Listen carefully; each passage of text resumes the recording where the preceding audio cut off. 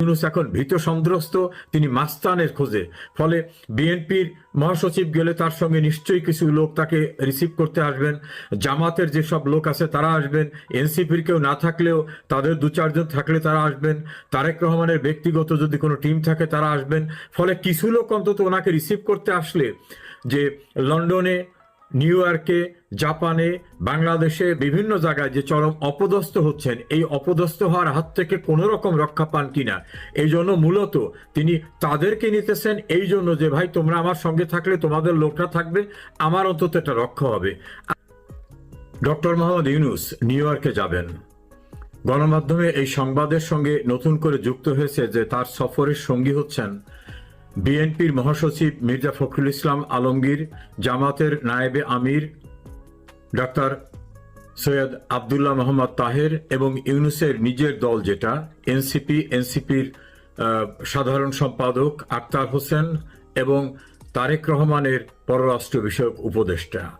এই চারজন তার সফর সঙ্গী হবেন। এটা একটা অস্বাভাবিক বিষয় আমার কাছে মনে হয়েছে এবং অনেকের কাছেই অস্বাভাবিক। কেউ কেউ বলছে এটা হাস্যকর। বিএনপি একটি বড় দল, বড় দলের মহাসচিব একটা অনির্বাচিত ব্যক্তির সঙ্গে যাবেন এবং নিউ ইয়র্কে গিয়ে তিনি গ্যালারিতে বসে থেকে অনুষ্ঠান দেখবেন। একটা দলের এত গুরুত্বপূর্ণ ব্যক্তি এ জাতীয় একটা হাস্যকর কার্যক্রমের ভিতর নিজেকে সম্পৃক্ত হচ্ছেন। আবার তারেক রহমানের পররাষ্ট্র বিষয়ক উপদেষ্টা যাচ্ছে, জামাতের দ্বিতীয় ব্যক্তি যাচ্ছেন, আর ইউনূসের পার্টিটা যে পার্টি এখনো নিবন্ধন পায়নি তারা হয় অন্য কারণ। এ বিষয়ে ঢাকায় একজন সাংবাদিক যিনি দীর্ঘদিন ডিপ্লোম্যাটিক সাংবাদিকতার সঙ্গে জড়িত, তার সঙ্গে কথা বললাম যে বিষয়টিকে হঠাৎ করে এরকম একটা অস্বাভাবিক টিম হচ্ছে কি কারণে। তিনি বললেন যে আপনি কি জানেন পাকস্থলীতে জমে থাকা বিষাক্ত গ্যাস কিভাবে আপনার অঙ্গ প্রত্যঙ্গকে ধ্বংস করছে? হঠাৎ করে এরকম একটা অস্বাভাবিক টিম হচ্ছে কি কারণে।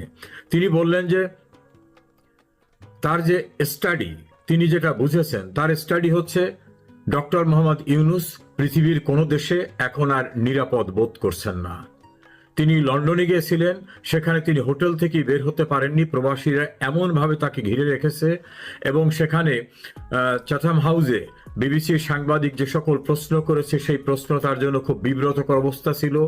আবার ব্রিটিশের প্রধানমন্ত্রী তার সঙ্গে দেখা তো করেন নাই, দেখা করতে অস্বীকৃতি জানিয়েছেন, এটা খুব অপমানজনক। পরবর্তীতে তার তথ্য সম্প্রচার উপদেষ্টা মাহফুজ লন্ডনে গেছেন, সেখানে তিনি এবং তার অপর এক সফর সঙ্গী চরমভাবে নাজেহাল হয়েছেন প্রবাসীদের দ্বারা। এই ঘটনার সমস্ত কিছু ইউনূসের দৃষ্টিতে এসেছে। এই একই মাহফুজ নিউ ইয়র্কে গেছিলেন। নিউ ইয়র্কে সেখানে তিনি যেভাবে অপদস্থ হয়েছেন এবং গভীর রাতে